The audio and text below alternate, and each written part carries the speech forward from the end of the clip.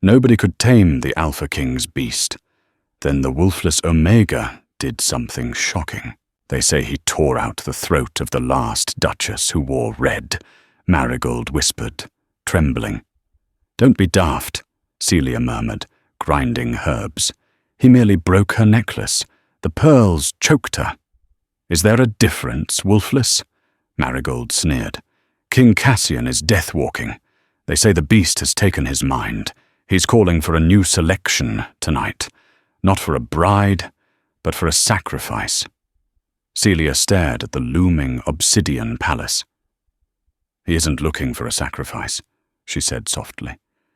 "He's looking for silence. The kingdom of Valerius was a realm governed by the primal law of the throat, bite or be bitten. It was a world of shifting hierarchies, quite literally, where the strength of one's inner wolf dictated everything from employment to marriage prospects. In this society of predators, Celia Stormcrest was a biological error, a wolfless Omega. At 22, she was a ghost in the machine. She had never shifted, never heard the growl of an inner beast, and never felt the pull of the moon that turned reasonable men into lunatics once a month. To the pack, she was deaf, mute, and blind to the spiritual frequency of their world. She was a null. But Celia saw things the wolves missed. While the highborn Omegas and Betas were consumed by posturing, pheromones, and the constant exhausting dance of dominance, Celia observed the micro-expressions of the powerful. She worked in the lower apothecary of the Valehaven sector, mixing poultices for wounds sustained in dual circles, gashes from claws, bites from lovers' quarrels, burns from silver. She knew the anatomy of the wolf better than they knew themselves. The morning of the selection was grey and oppressive. The air in the market square tasted of ozone and anxiety. "Move, Null!" A sharp voice cut through the damp air, accompanied by a shove that nearly sent Celia sprawling into a crate of turnips. Celia stepped aside, clutching her basket of herbs to her chest. Bianca Valehaven swept past, a vision of predatory perfection. Bianca was the epitome of Valerius beauty. Silver hair that shimmered like moonlight, ice-blue eyes, and a pedigree that stretched back to the first pack. She wore a riding habit of crushed velvet, the color of fresh blood. Flanking her was Nathaniel Blackthorne, the king's royal advisor. He was a man made of sharp angles and shadows, with a smile that never quite reached his eyes that were currently scanning the crowd like a hawk searching for a field mouse. "Lady Bianca," Nathaniel purred, his voice like oiled silk sliding over a blade. "Your punctuality is noted. Tonight is pivotal. The king's condition has deteriorated faster than the council anticipated."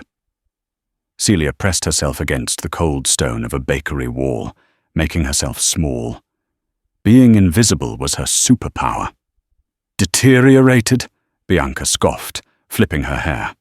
Her scent spiked the air, arrogant vanilla and cold steel. "He needs a mate, Nathaniel, a true mate. The council believes my bloodline carries the necessary dominance to soothe him. I don't intend to just soothe him, though. I intend to conquer him." Nathaniel raised a perfectly groomed eyebrow. "Conquer the beast? A dangerous ambition, my lady. An alpha king needs an alpha queen, not some weeping Omega or a diplomat," Bianca declared, her voice carrying over the hushed market. "I'll bring that beast to heel. I'll make him wear a collar if I have to." Celia felt a chill that had nothing to do with the biting wind. Conquer him? You didn't conquer a storm. You weathered it. You didn't collar an earthquake. She watched them pass, noting something the others missed. Nathaniel's hand, resting on the pommel of his sword, was trembling. Just a fraction. A minute vibration. The king's advisor was terrified. "Celia!" The shout came from Edmund Brightmore, the old beta who owned the apothecary. He was limping toward her through the crowd, his face ashen, his usually kind eyes wide with panic. "Edmund," Celia hurried to him, taking his arm. "Is it your hip? The dampness?" "Forget my hip, child," Edmund whispered, looking around as if the cobblestones had ears. "The Royal Guard. They were at the shop. They left a scroll." Celia's heart gave a single painful thud. "For the taxes. I have the coin saved. I just need to—" "No!" Edmund grabbed her shoulders, his grip surprisingly strong. "A decree. Every unmarried woman of age, regardless of rank, lineage, or wolf status, is summoned to the Obsidian Hall tonight. No exceptions. They are checking the census records." "That's impossible," Celia argued, her grip on the basket tightening until the wicker creaked. "I have no wolf. I cannot be mate to an alpha, let alone the king. I'm genetically incompatible. I have no scent to calm him, no instinct to submit. I'm a null." "It's not a mating ceremony, Celia," Edmund said, his voice dropping so low she had to lean in to hear him. "It's a culling. The rumors are true. The king's wolf is surfacing, and he can't push it back. The feral tide has taken him. He's tearing the palace apart. They say he needs someone to sit in the room with him while the madness takes him. To see who survives." Celia looked back toward the palace. The stories of Cassian Valhart were legendary, woven into nursery rhymes and whispered in taverns. He was the strongest alpha born in a millennium, a warrior who had united the fractured packs through sheer brutality and strategic genius. But the cost of such power was a volatile, encroaching madness. The spirit of the wolf was too strong for the human vessel. "I won't go," Celia said, though she knew it was a lie. To refuse a royal summons was treason, punishable by immediate execution, and not just for her, for anyone harboring her. "You must." Edmund pressed a small, dark blue vial into her hand. "Take this. Essence of nightshade. If he comes for you, if he attacks, drink it. It's a painless death. It stops the heart in seconds. Better that than what claws do." Celia looked at the vial, the dark liquid swirling sluggishly. She didn't want a painless death. She wanted a life. She wanted to see the ocean. She wanted to read the books in the royal library. She wanted to know what it felt like to be looked at with something other than pity or disgust. But in Valerius, for a girl with no claws, perhaps survival was the only ambition allowed. The Obsidian Hall was designed to intimidate. It was a cavernous space carved from black volcanic glass, the floor polished to a mirror sheen that reflected the terrified faces of the 50 women gathered there. The ceiling was lost in shadows, where grand chandeliers made of bone and crystal cast a sickly, flickering light. The air was thick enough to choke on. To Celia, it was a suffocating soup of conflicting perfumes: rose, sandalwood, musk, mixed with the sharp, acidic tang of fear sweat and the metallic taste of adrenaline. The wolves in the room were radiating anxiety, their inner beasts pacing and whining in the spiritual ether. Celia stood in the back, hidden in the shadows of a massive pillar. She wore her simple grey linen dress, the fabric rough against her skin, a stark contrast to the silks, velvets, and jewels of the nobility. She felt like a sparrow in a nest of vipers. Bianca Valehaven stood at the front, resplendent in crimson, holding court with a group of nervous debutantes. She was laughing, but the sound was brittle. "He's just a man," Bianca was saying, though her voice was an octave too high. "A powerful man. Men have needs. Once I offer my neck, he'll calm. It's biology." Suddenly, the heavy iron doors slammed shut, sealing them in. The sound echoed like a gunshot, reverberating off the glass walls. The room went dead silent. The temperature seemed to drop 10 degrees in an instant. From the far end of the hall, Near the throne that sat atop a dais of jagged rock, a shadow detached itself from the gloom. It was Cassian. He was massive. Even from this distance, Celia could see the unnatural breadth of his shoulders, the tension in his muscles coiling like steel cables beneath his torn black tunic. He didn't walk. He stalked. His movements were jerky, disjointed, as if his bones were trying to rearrange themselves under his skin. His hair was a chaotic mane of black, falling over eyes that glowed with a terrifying, luminescent amber light. He wasn't human right now.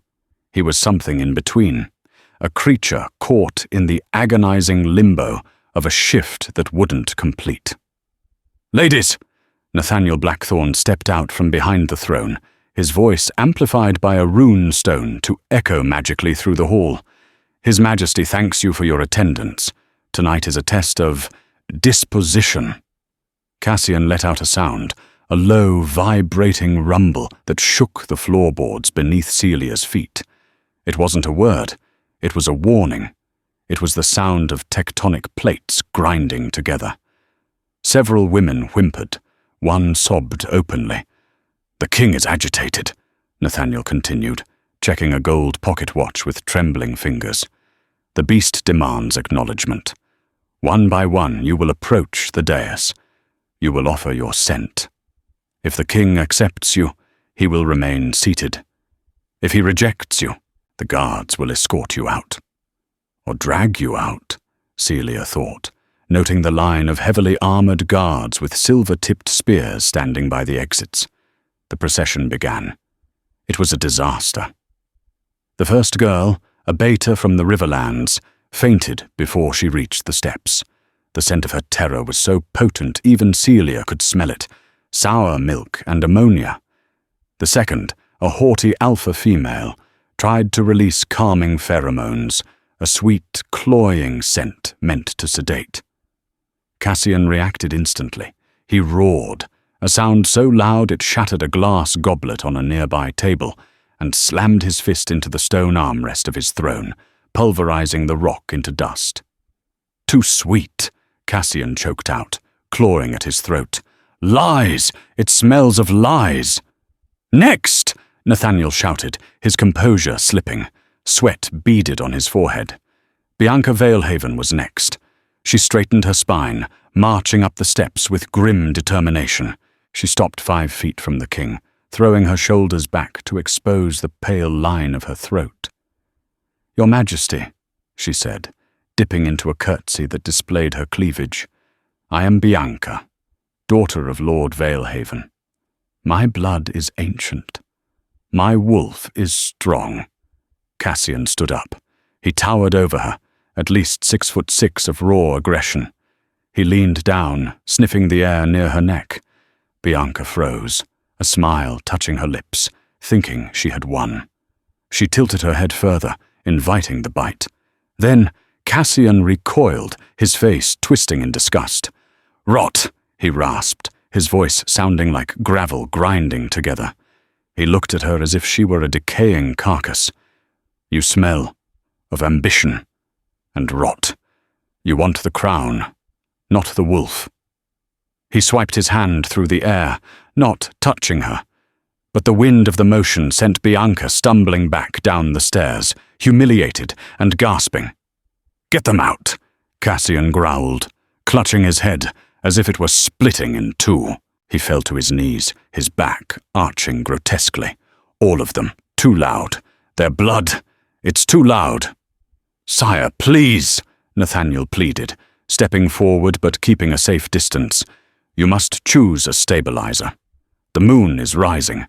If you shift fully without an anchor, you will destroy the city." "I said out!" Cassian bellowed. His eyes flashed, the pupils blowing wide until the amber was swallowed by black. The transformation was beginning. His fingers lengthened, nails turning to talons that scraped sparks against the stone floor. Pandemonium erupted. The women screamed, scrambling for the doors, tripping over their gowns in a frantic mass of limbs and fabric. The guards struggled to maintain order as the stampede began. Bianca was already shoving others aside to flee, her dominance forgotten in the face of a true apex predator. Celia remained by the pillar. She couldn't move, not because of fear, though she was terrified, but because of what she saw. Cassian wasn't attacking. He had fallen to the floor, gripping the sides of his head, his body convulsing. He wasn't a monster hunting prey. He was a man being eaten alive from the inside out. He was in agony. He was trying to contain a nuclear explosion within his own skin. The hall emptied rapidly until only Nathaniel, a handful of guards, and the king remained. And Celia. "You there, girl!" Nathaniel spotted her grey dress in the shadows. "Run, you fool! He's turning! He'll kill anything that moves!" Celia looked at the exit, where the safety of the cool night air waited. Then she looked back at the king, writhing on the obsidian floor. She thought of Edmund's vial in her pocket. She thought of the Wolfless label that had defined her entire existence, the invisibility, the silence. Nothing to lose, she told herself. And perhaps something to find. She didn't run. She stepped out of the shadows. The silence in the hall was heavy, punctuated only by Cassian's ragged breathing.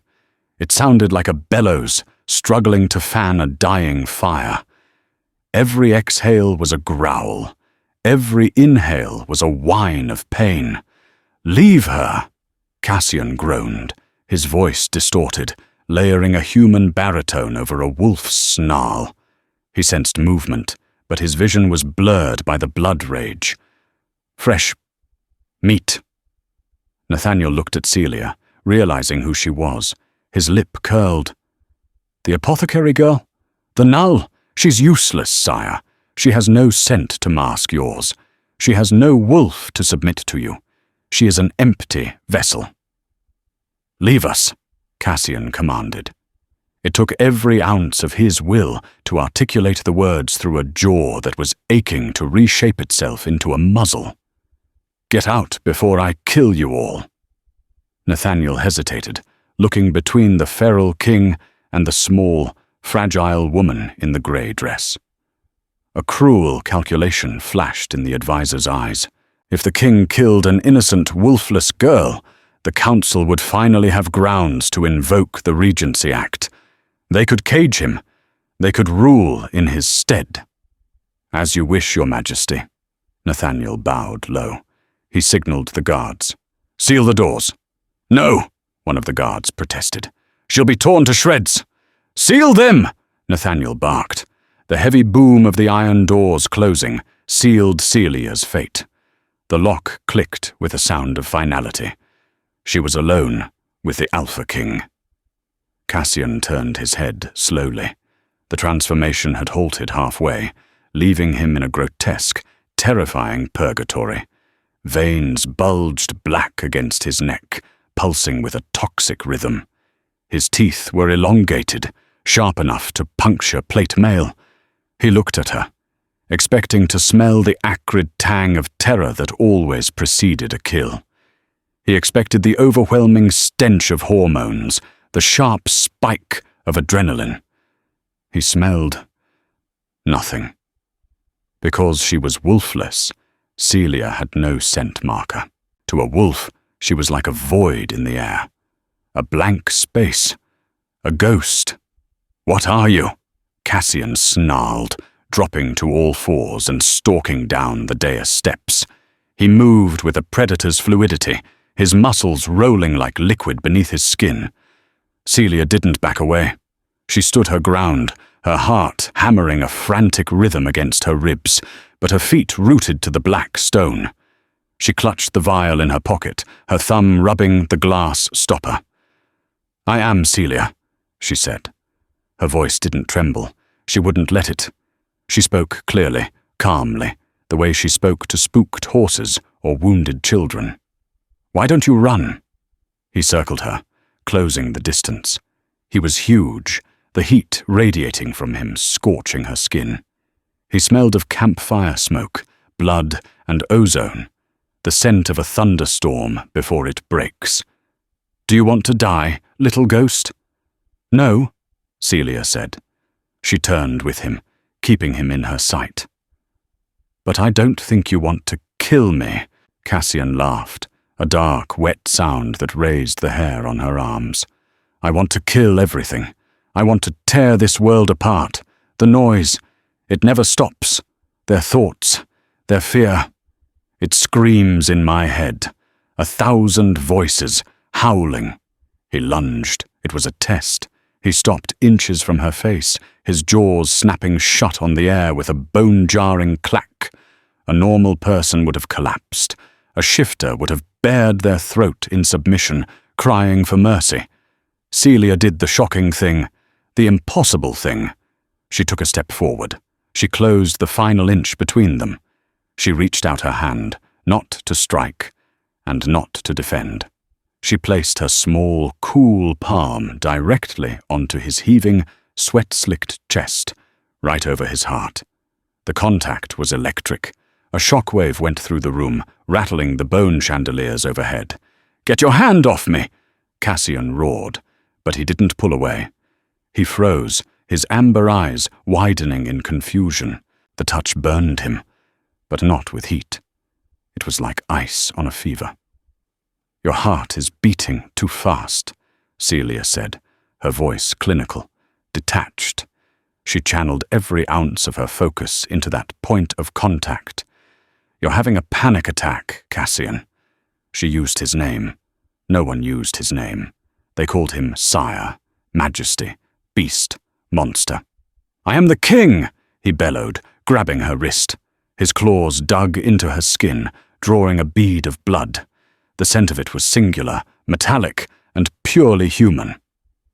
"You are a man in pain," she corrected him, ignoring the sting in her wrist, refusing to flinch. She looked directly into his glowing eyes, searching for the man buried beneath the monster. "And you are drowning in them. The others. The pack. You feel them all, don't you?" She realized it then. His power was too great. He was an empathic receiver for the entire kingdom. He felt every shift of dominance, every spike of fear, every lust and hatred in his court. That was the madness. It wasn't insanity. It was sensory overload. "I am wolfless," Celia whispered, stepping closer until her body brushed against his. "I am empty. I am the silence you've been looking for. Look at me." Cassian stared at her. The pain in his head, the constant cacophony of 1,000 howling wolves that had plagued him for years. It hit a wall. When he looked at her, when he focused on her touch, the noise vanished. She was a dead zone. A quiet room in a noisy house. A sanctuary. "Quiet," Cassian breathed, the word shuddering out of him. The claws in her wrist retracted slightly. The black veins on his neck began to fade. "Yes," Celia said, her other hand coming up to cup his cheek. His skin was burning, his stubble rough against her palm. It was a treasonous intimacy. It was suicide. "Focus on me. Just me. There is no wolf here. Just silence."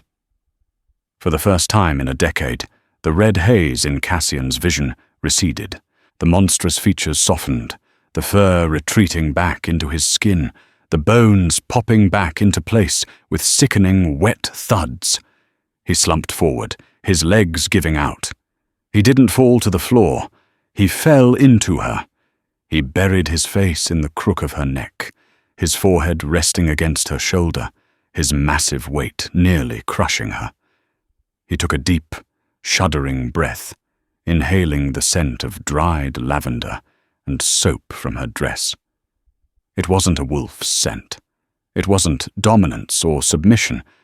It was just peace. "Don't let go," the Alpha King whispered, his voice broken and terrifyingly human, his arms wrapping around her waist to anchor himself. "For the love of the gods, Celia, don't let go." High in the gallery shadows, hidden behind a velvet curtain, Nathaniel Blackthorne watched the impossible scene unfold. The king was on his knees, embracing a peasant. The beast had been tamed not by force, but by a void. He didn't smile. He slowly drew a small, silver dagger from his coat, checking the edge, before slipping it back in. "Interesting," he whispered to the dark. "The monster has found a pet. We shall have to see if she breaks." Celia woke to the smell of rain and expensive wax. She wasn't on her pallet in the back of the apothecary. She was lying in a bed large enough to sleep a family of 4, buried under furs that cost more than she would earn in a lifetime. The ceiling above her wasn't water-stained plaster. It was a fresco of the first hunt, painted in oils that seemed to move in the flickering light of the hearth. She sat up, gasping as memory rushed back. The obsidian hall, the roaring, the silence, Cassian. "You're awake," a deep voice rumbled from the shadows. Celia flinched, pulling the furs up to her chin. Cassian was sitting in a winged armchair by the fireplace, nursing a tumbler of amber liquid. He looked different than the monster on the dais. He was wearing a loose white shirt, unlaced at the throat, and dark breeches. He looked human. Tired, impossibly large, but human. "Where am I?" Celia asked, her voice raspy. "The royal suite," Cassian said, swirling his drink. "My chambers are through those doors. You are adjacent." "Am I a prisoner?" Cassian stood up. The movement was fluid, lethal grace contained in a human frame. He walked toward the bed, and Celia forced herself not to scramble back. He stopped at the footboard, his amber eyes burning with an intensity that made her skin prickle.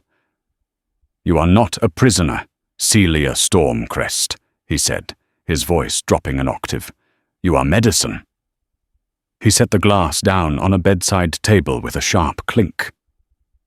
"For 10 years my mind has been a riot, a constant, screaming storm of other people's emotions, their greed, their lust, their terror.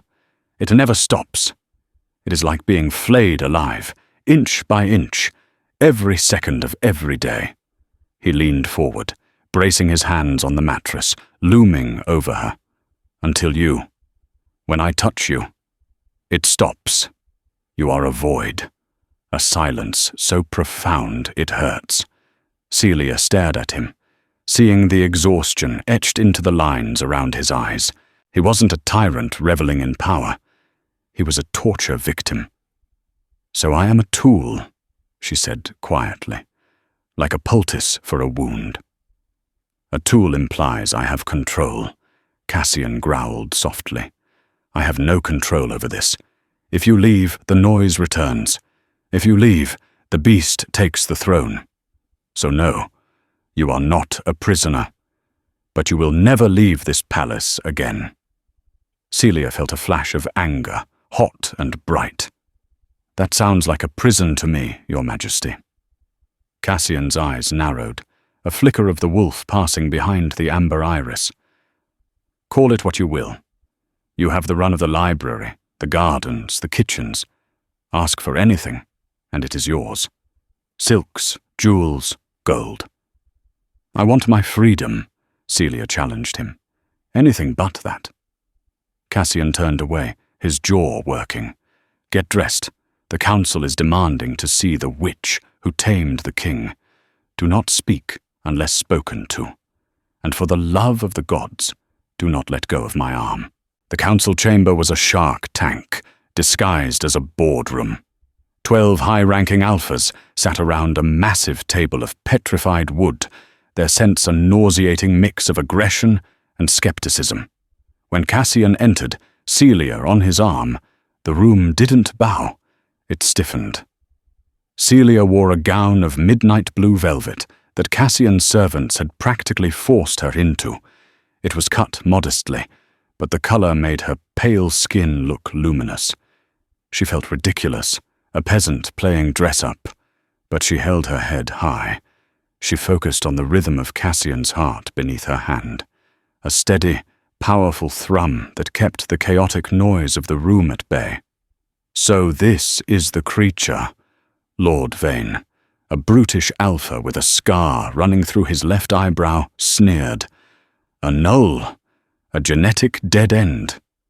Careful, Vane, Cassian warned, his voice low and dangerous. She is under my protection. Is she?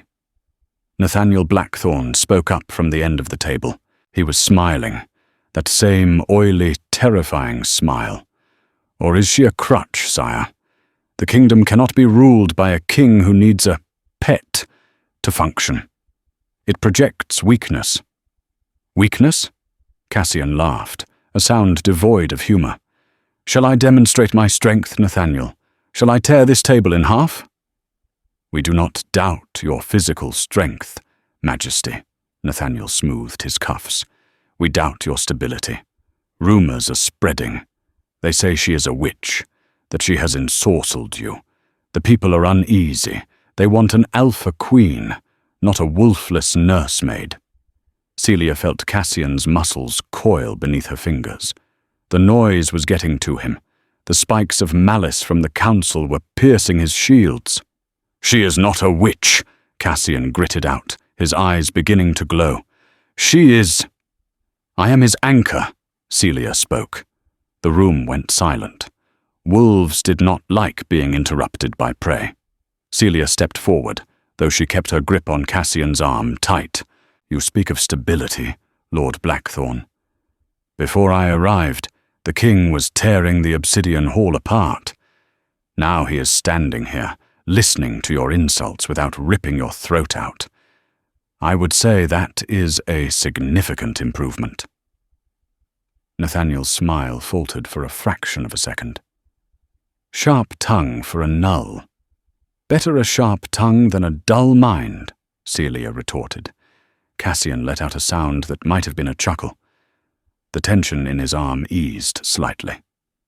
Enough, Cassian commanded, regaining his composure. Celia stays. She will attend the Blood Moon Ball by my side. If any of you, or your kin, disrespect her, I will consider it an act of treason, and I will answer it with fire.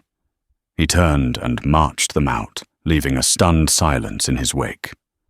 As they walked down the long, drafty corridor, Cassian looked down at her. You shouldn't have provoked him. Nathaniel is a viper.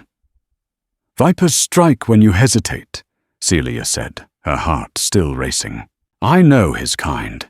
He deals in fear. If you show him none, he doesn't know what to do. Cassian stopped it. He turned fully toward her, lifting his hand to brush a stray lock of hair from her forehead. His touch was tentative, gentle. You are a strange little thing, Celia Stormcrest. You have no claws, yet you scratch. I have to, she whispered, looking up into his storm-tossed eyes. It's the only way to survive in a world of wolves. The Blood Moon Ball was the highlight of the Valyria social season, a night of excess, politics, and thinly veiled violence. The ballroom was a sea of crimson and gold, filled with the elite of the kingdom. Celia stood on the balcony overlooking the dance floor, her hand resting discreetly on the small of Cassian's back. To an observer, it looked like intimacy. In reality, it was life support. Breathe, she murmured to him. Ignore the music. Focus on the wind in the trees outside. Cassian closed his eyes for a moment, inhaling her scent. You look beautiful tonight, Celia. She blushed. She was wearing silver, a dress that shimmered like starlight. I look like a lure on a fishing hook. Perhaps, Cassian admitted, but a very effective one. Bianca Valehaven approached them, flanked by two of her cousins. She looked lethal in a dress of sheer red silk that left little to the imagination. Your Majesty, she curtsied low, surely you won't deny a lady a dance. It is tradition for the king to open the floor with a high-born alpha. Cassian looked at Celia. The panic flared in his eyes. If he let go of her... Go, Celia said softly. I'll be right here. I'll watch you. Keep your eyes on me. It will be enough. She wasn't sure if it was true, but she couldn't let him look weak. Cassian hesitated, then nodded. He took Bianca's hand and led her to the floor. The music swelled, a waltz with a heavy, predatory beat. Celia gripped the marble railing, her knuckles white. She locked eyes with Cassian as he swirled Bianca around the floor. She projected calm, silence, peace, water. Bianca was whispering in his ear. Celia could see the poison dripping from her lips. She saw Cassian's jaw tighten. His rhythm faltered. Suddenly, a waiter passing Celia stumbled. A tray of champagne flutes crashed to the floor. The sound was sharp, shattering the delicate balance. At that exact moment, a high-pitched whine echoed through the hall, a sonic emitter hidden in the chandeliers. To human ears, it was annoying. To wolf ears, it was agony. Cassian roared. He dropped Bianca and clapped his hands over his ears. The ballroom erupted into chaos as other shifters fell to their knees, howling. "He's turning!" someone screamed. "The beast is loose!" Celia saw Nathaniel Blackthorne by the orchestra pit, wearing earplugs, watching with grim satisfaction. It was a trap. They were triggering the feral tide to force the regency. Cassian was losing it. His shirt ripped as his spine expanded. The amber light in his eyes was swallowed by the void. He swung a massive, clawed hand, smashing a pillar. The guards were drawing their weapons. They were going to kill him. "No!" Celia screamed. She didn't think. She vaulted over the balcony railing. It was a 10-foot drop. She landed badly, twisting her ankle, pain shooting up her leg. She ignored it. She limped toward the center of the chaos, toward the monster thrashing in the center of the room. "Cassian!" she yelled. The beast turned. It didn't recognize her. It saw movement. It saw prey. Cassian lunged, his jaws snapping. Celia didn't run. She did exactly what she had done in the obsidian hall. She stepped into the strike. She threw her arms around his neck as he bore down on her. The momentum knocked them both to the floor, the massive weight of the half-shifted king crushing the breath out of her. "Look at me!" she commanded, grabbing his face with both hands, forcing his snout toward hers. "I am the silence! Look at me!" The beast snarled, drool dripping onto her dress. But it paused. The contact was established. The circuit was closed. Celia poured every ounce of her will into him. "You are Cassian. You are a man. You are safe." The ballroom held its breath. Slowly, agonizingly, the amber returned to his eyes. The fur receded. The claws retracted. Cassian collapsed on top of her, heaving sobs of air. He was naked from the waist up, human again, and trembling violently. "Celia," he choked out, burying his face in her hair. I nearly killed you." "But you didn't," she whispered, stroking the back of his sweat-dampened head. She looked up and met Nathaniel Blackthorne's gaze across the room. The advisor looked furious. Celia smiled. It was a cold, wolfish smile. "Help the king up," she barked at the paralyzed guards, her voice ringing with a strange new authority. "And find the source of that noise. We have a traitor in our midst." For the first time, the guards didn't look to Nathaniel for orders. They looked to the wolfless girl beneath the king, and they obeyed. The morning after the Blood Moon Ball, the Obsidian Palace was a fortress of whispers. The stone corridors, usually echoing with the sharp click of boot heels and the rustle of silk, were unnervingly quiet. Servants moved like ghosts, eyes averted, terrified of the king who had nearly massacred his own court in a fit of feral madness. But beneath the fear, there was a new current, a bewildered, hushed awe directed at the wolfless girl who had walked into the jaws of a monster and commanded it to heal. Celia sat in the royal library, a massive atrium of spiraling iron staircases and books bound in dragon hide. Dust motes danced in the shafts of light filtering through the high dome, but the air tasted of stale ash. Her ankle was wrapped in a pungent poultice of comfrey and arnica she had mixed herself, the throbbing pain a grounding reminder of the balcony jump. "You should be resting."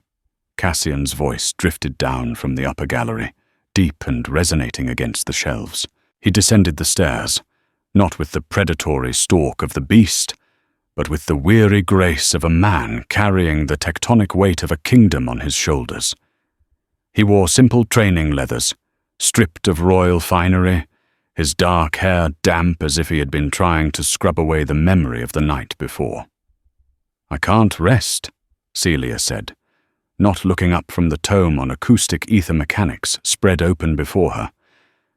"The physics didn't make sense, Cassian. A waltz doesn't trigger a shift. Rage doesn't trigger a sonic collapse. I needed to know why." She pushed a small, charred object across the mahogany table. It was a brass cylinder, intricate and nasty, the gears fused together by heat. "I went back to the ballroom before dawn," she said softly. "The guards found this in the orchestra pit, taped under the first cellist's chair. It's a subharmonic emitter, illegal in 3 kingdoms. Cassian picked up the device, his large fingers turning it over with a look of darkened recognition. "It emits a frequency only a shifter can hear, like a needle directly into the brain. It was rigged to trigger when the high note of the waltz hit," Celia explained, her voice trembling slightly with the magnitude of the discovery. "It wasn't an accident. It wasn't your madness. It was an assassination attempt, or worse, an attempt to force you to abdicate by proving you were unstable." Cassian's hand closed over the cylinder. "Nathaniel." "He was wearing earplugs," Celia said, her eyes hard. "I saw him near the musicians. He wasn't afraid, Cassian. He was waiting. He was conducting it." Cassian crushed the brass cylinder in his hand, metal screeching as it flattened into a useless disc. "He has the council in his pocket. He has the treasury. If I move against him without absolute proof, witnesses, a paper trail, he will claim madness. He will say the beast is paranoid, lashing out at loyal subjects to cover its own crimes. He needs me to be the monster so he can play the savior." He walked around the table and knelt beside her chair. It was a humble, unguarded position for a king, placing his head lower than hers. He took her hand, his thumb tracing the blue veins of her wrist, the same wrist he had bruised the night they met. The contrast between his lethal power and this gentle touch made Celia's breath catch. "You saved me," he murmured, his amber eyes clear, stripped of the wolf's gold, leaving only the man's hazel. "Last night, everyone else saw a rabid dog to be put down. You saw a man worth saving." "I saw a king," Celia corrected him softly, her fingers brushing the hair from his forehead. "A king who is being poisoned by the very kingdom he swore to protect." Cassian leaned his cheek against her palm, closing his eyes. "It's not just the noise, Celia. It's the loneliness, the silence you bring. It's the first time I've felt peace since I was a boy. I don't want you here just as medicine anymore. I don't want you as a tool." The air between them charged with a different kind of electricity. Not the violent static of the obsidian hall, but something warm, magnetic, and terrifyingly real. "Why do you want me here?" Celia whispered, her heart doing a traitorous double beat against her ribs. "Because when you are near, I don't just survive," Cassian said, lifting his head to look at her with an intensity that burned. "I live."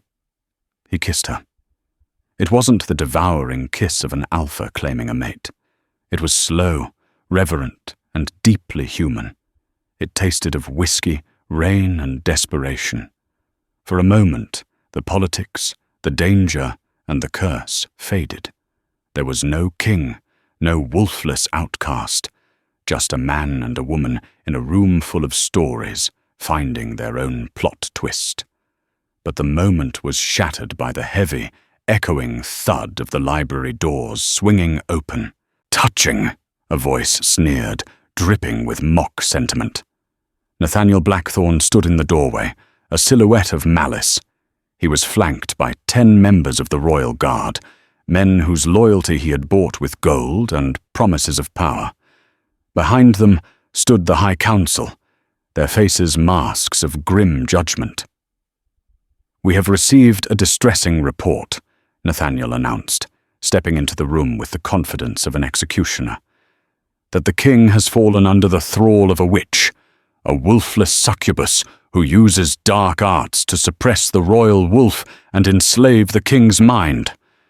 "Get out!" Cassian stood up, shielding Celia with his body.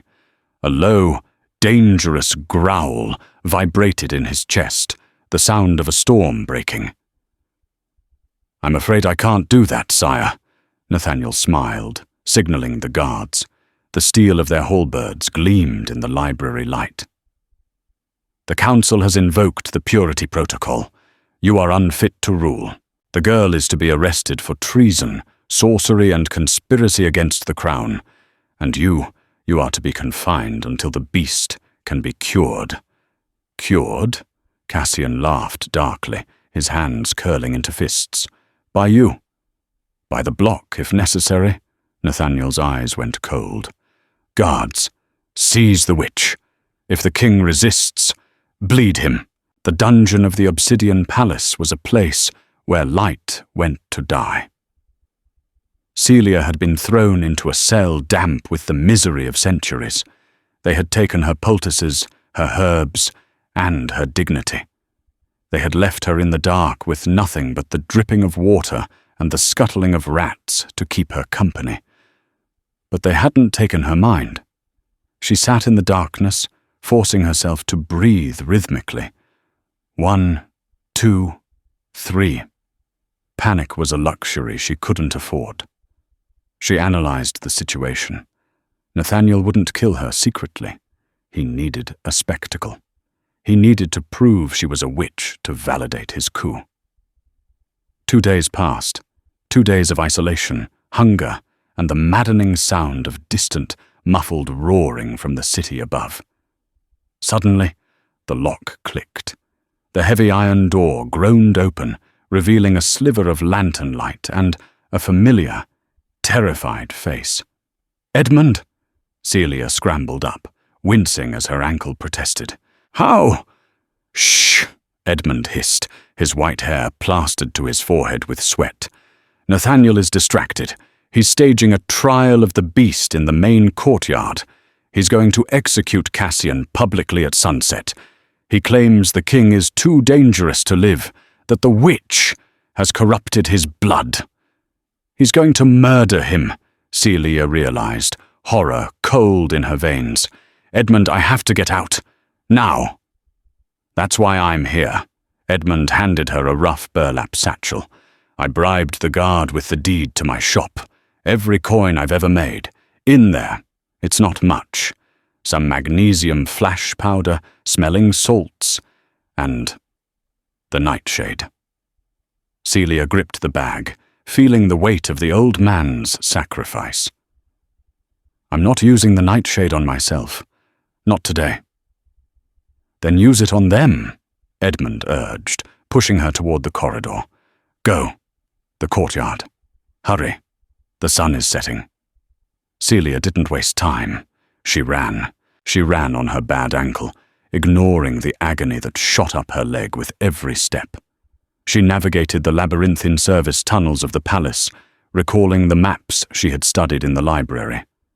Left at the wine cellar, up the servants' stair, through the colonnade, she burst out into the late afternoon sun, the light blindingly bright after days in the dark.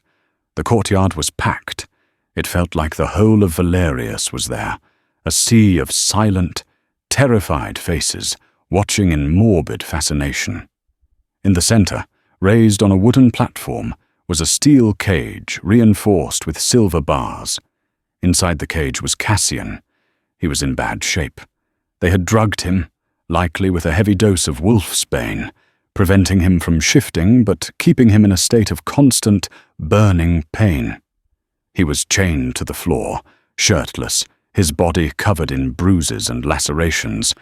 He looked broken.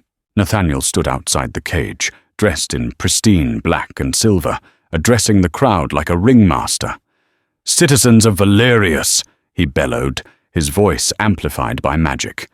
"Behold your king, a mad beast who nearly slaughtered the flower of our nobility. A creature so weak he allowed a wolfless harlot to leash him with sorcery." The crowd murmured. They were scared, and scared people were easy to manipulate. "I offer you a choice." Nathaniel drew his sword, the blade catching the dying light of the sun. "Safety, or this monster. I say we end the Valleyheart line today. I say we return to the rule of the council, to order, to purity." He raised his sword, preparing to thrust it through the bars, straight into Cassian's exposed heart. "Stop!" The scream tore through the air, raw and desperate. Celia emerged from the servants' colonnade, hair wild, dress torn, eyes blazing with a fury that rivaled any Alpha's. Nathaniel froze, then turned, a cruel smile spreading across his face. "Ah, the witch escaped. Excellent. 2 birds, 1 stone." "He is not a monster." Celia marched into the center of the arena, limping but unbowed. The guards moved to intercept her, halberds lowered. Celia reached into her satchel and threw a handful of Edmund's flash powder at their feet. Boom! A brilliant, blinding magnesium flare exploded. In the confusion, she ducked under the pikes and reached the cage. "Celia!" Cassian rasped, lifting his head. His eyes were bleary, the amber dull and clouded by poison. "Run, please!" "No," she said, gripping the silver bars. The metal burned her hands, but she held on, channeling her resolve. "Nathaniel, you call him a beast. You're the one who poisoned him. You're the one who used a sonic emitter to drive him mad. You are the traitor." "Lies of a desperate woman," Nathaniel sneered, wiping the spots from his vision. He signaled the guards to stand back. "Open the cage. Let's see if his anchor can save him when I cut her throat in front of him." The guards hesitated, then unlocked the cage door. Nathaniel stepped in, sword raised, the predator cornering the mouse. Cassian strained against his chains, roaring, a sound of pure anguish, but the wolfsbane made his muscles feel like water. He couldn't break the iron. Nathaniel lunged at Celia. She didn't have a weapon. She had a vial of nightshade, and a brain that saw the details others missed. She saw Nathaniel's weight shift. She saw the arrogance in his stance. She dodged his first swing, the blade slicing a lock of her hair. She wasn't a warrior, but she was small and fast. Nathaniel was playing with her. He overextended, expecting her to cower. As he swung back for a killing blow, Celia uncorked the vial. She didn't throw it. She waited until he was inches away, when Nathaniel grabbed her by the throat, lifting her off the ground to squeeze the life out of her. She smashed the vial directly into his face. The glass shattered. The concentrated liquid splashed into his eyes, nose, and open mouth. Nathaniel screamed, a high, bubbling shriek. He dropped her, clawing at his face as the potent neurotoxin went to work instantly on his mucous membranes. It wasn't enough to kill a strong alpha instantly, but it was enough to blind, disorient, and send his nervous system into shock. "Cassian!"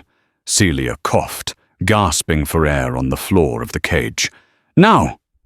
Seeing Celia hurt, seeing the red marks of Nathaniel's fingers on her neck, something snapped inside the king. But it wasn't the feral tide. It wasn't the madness. It was cold, hard, protective rage. The adrenaline burned through the wolfsbane fog. With a shout that sounded like iron rending, Cassian stood up.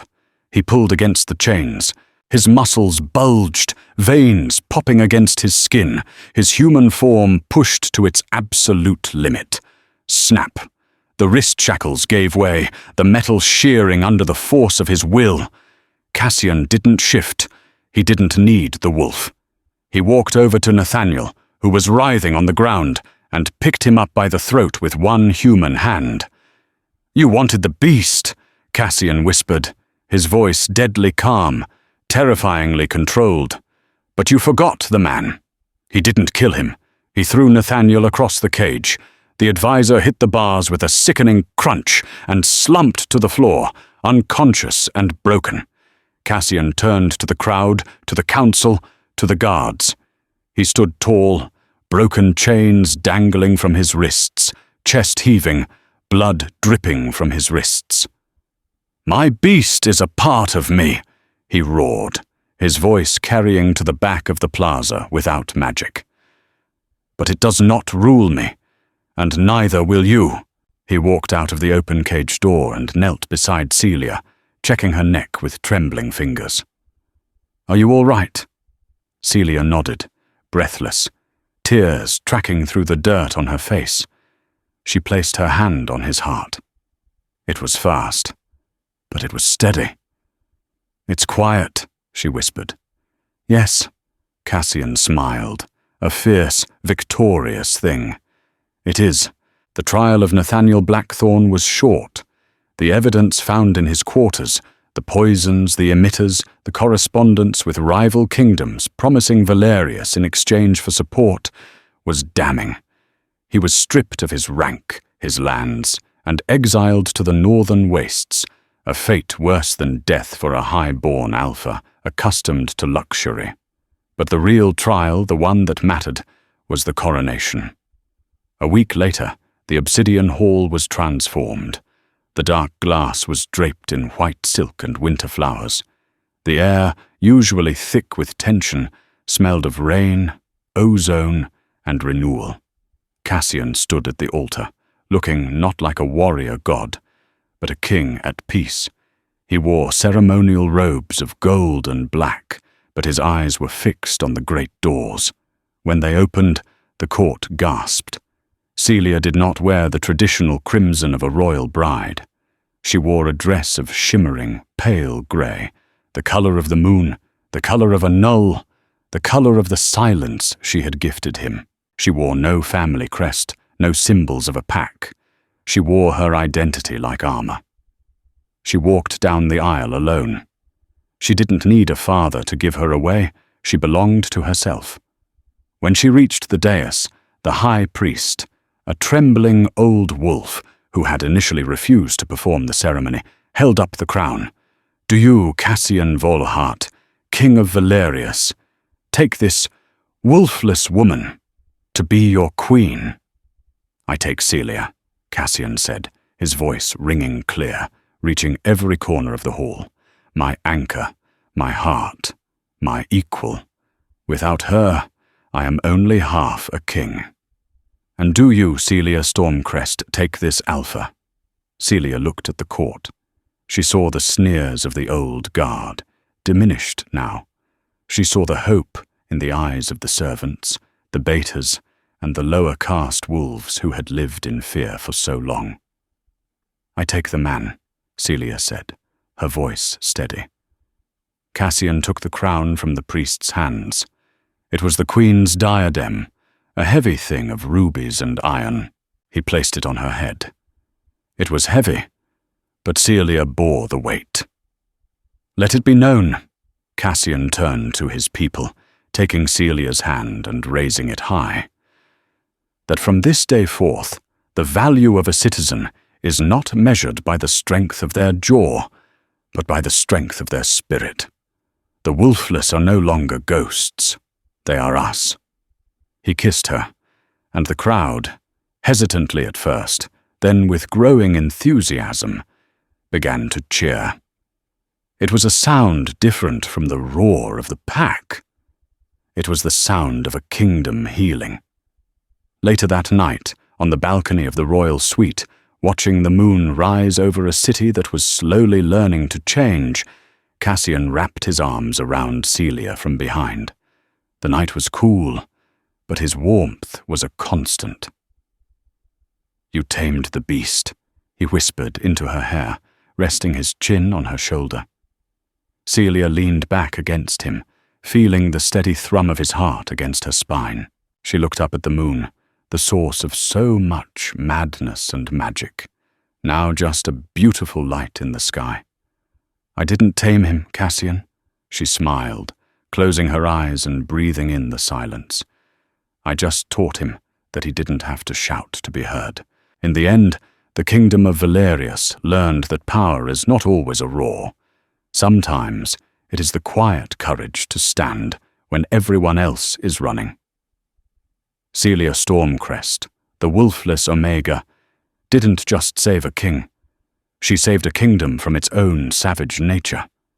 She proved that love is the only force capable of bridging the gap between predator and prey, and that the strongest heart isn't always the one that beats the wildest.